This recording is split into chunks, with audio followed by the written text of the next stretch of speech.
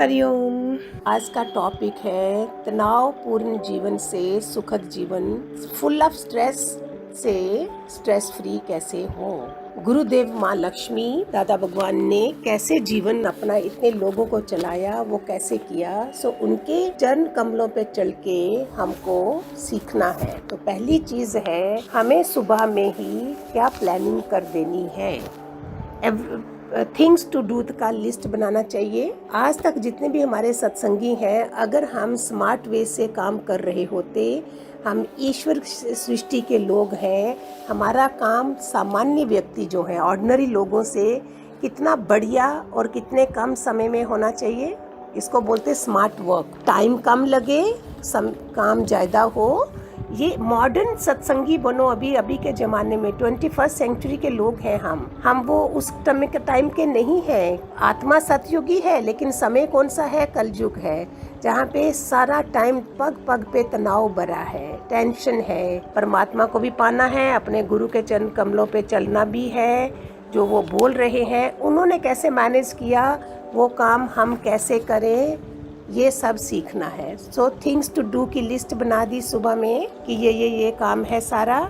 और गॉसिपिंग नहीं करोगे तो आपके श्वास भी बचेंगे। और उसके बजाय मंत्र में लग जाओ, अगर नहीं कोई है, गायत्री मंत्र हो, माँ मृत्युंजय मंत्र हो, कुछ भी आपको पास जो भी है। टाइम को डिवाइड करो 24 घंटे का, और फिर अपने जीवन का आनंद लो। उसको तनाव से मुक्त करो, जिससे हम स्ट्रांग बने, मनोबल स्ट्रांग हो, आत्मबल स्ट्रांग हो, और अपना जीवन सुखदमय जीवन जिए। तो उसके पहले हमने सारी लिस्ट बना दी सुबह उठते साथ। पहले जो आपको बताया है सुबह उठना कैसे है, उसके बाद हमारा दिन की लिस्ट बन गई, क्या क्या काम करने हैं। फिर उसमें चाहे हम सफल हैं, असफल हैं, फेलियर हैं या सक्सेसफुल मिली है, एंड ऑफ द डे में हमने क्या करा, वो सारा काम परमात्मा को सौंप दिया। शुरू करा भगवान का नाम लेके, भगवान आज ये प्लानिंग है, गुरु को आगे रखो, भगवान को आगे रखो, जिसको मानते हो। ये जो मेरी प्लानिंग है भगवान, और ये मैं कर रही हूँ। इससे हमारा कनेक्शन जो है परमात्मा से जुड़ा रहता है, और हमें हर काम में सक्सेस मिलती भी है। फिर भी हमने अपने ऊपर उसकी सफलता का सर्टिफिकेट ना लेके हम भगवान पे छोड़ दें। भगवान ये करा है, आगे तुम्हारी मर्जी। जैसे लॉर्ड कृष्णा ने, हे अर्जुन, तेरा काम है कर्म को करना और पूरी तरह से जुट जाना, ऐसे भी नहीं, लेकिन डिसाइड मैंने करना है कि तुझे उसमें से क्या फल देना है। जब हमारे पास ये सब होगा तो हमारा जीवन दिनचर्या कितनी सुंदर हो जाएगी। फिर उसमें कट करते जाना है। जो लोग इम्पोर्टेंट नहीं है उन लोगों को छोड़ दो। जहाँ जहाँ जो ज़रूरत है, अपना परिवार कला क्लेश नहीं हो, परिवार बचा रहे, बीमारियाँ नहीं आए, सुंदरता से जीवन जिए, और परमात्मा को पाना है हमने। इस तरह से हमारा दिनचर्या होना चाहिए। फिर उसके बाद कितनी बारी हम प्लान करते हैं अपने काम को, कितने बड़ी बड़ी प्लानिंग होती है। हम तो सारे, आप लोग जो सुन रहे होंगे, गृहस्थी भी होंगे, फैमिली वाले, नॉन फैमिली वाले, जैसे भी होंगे, प्लानिंग कितनी होती है और उसमें रिज़ल्ट क्यों कम निकलता है। और कई बार एक प्लानिंग कुछ भी नहीं होती है और रिज़ल्ट एक्सीलेंट मिलता है। इसका मतलब कुछ इनविजिबल साउल कोई है, शक्तियाँ कोई है जो हमें साथ देती है। हम सतयुगी आत्मा हैं, जिसलिए हमें रिजल्ट भी मिल जाता है। कई बार कोई भी प्लान नहीं करो और कितना कुछ हो जाता है। इसलिए भगवान को प्रे करके रात को कितनी अच्छी नींद आएगी। कोई अपने ऊपर नहीं लिया कुछ भी, कोई झगड़ा ऑफिस का है, घर का है, दोनों चीज़ों में हमने सब प्लान कर लिया।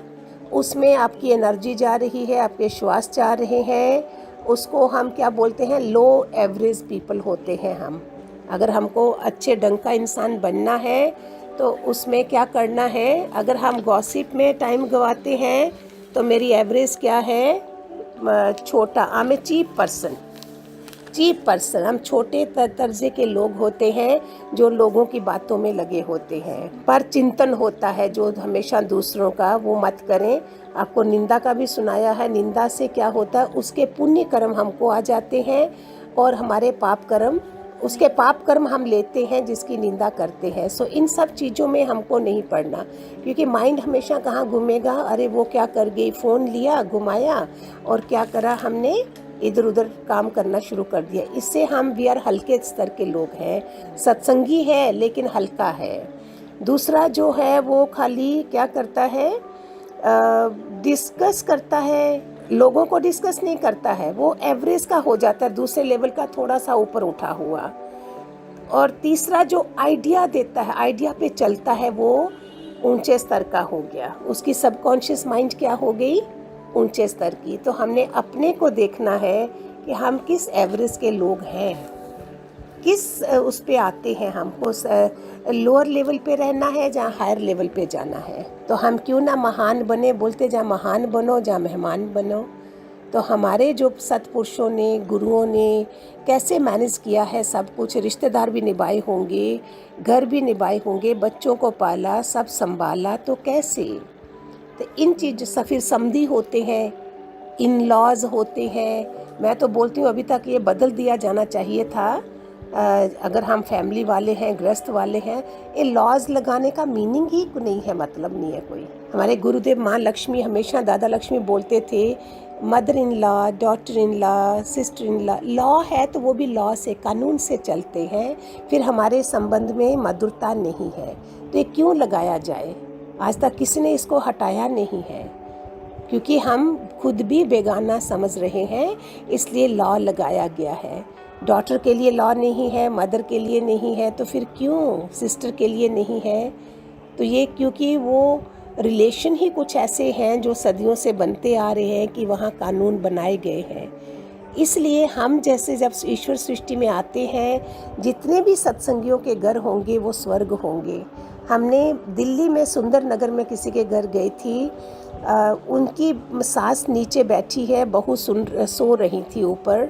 तो हमने पूछा आपकी बहू रानी कहाँ है, तो बोलते मेरे प्रभु ऊपर सो रहे हैं।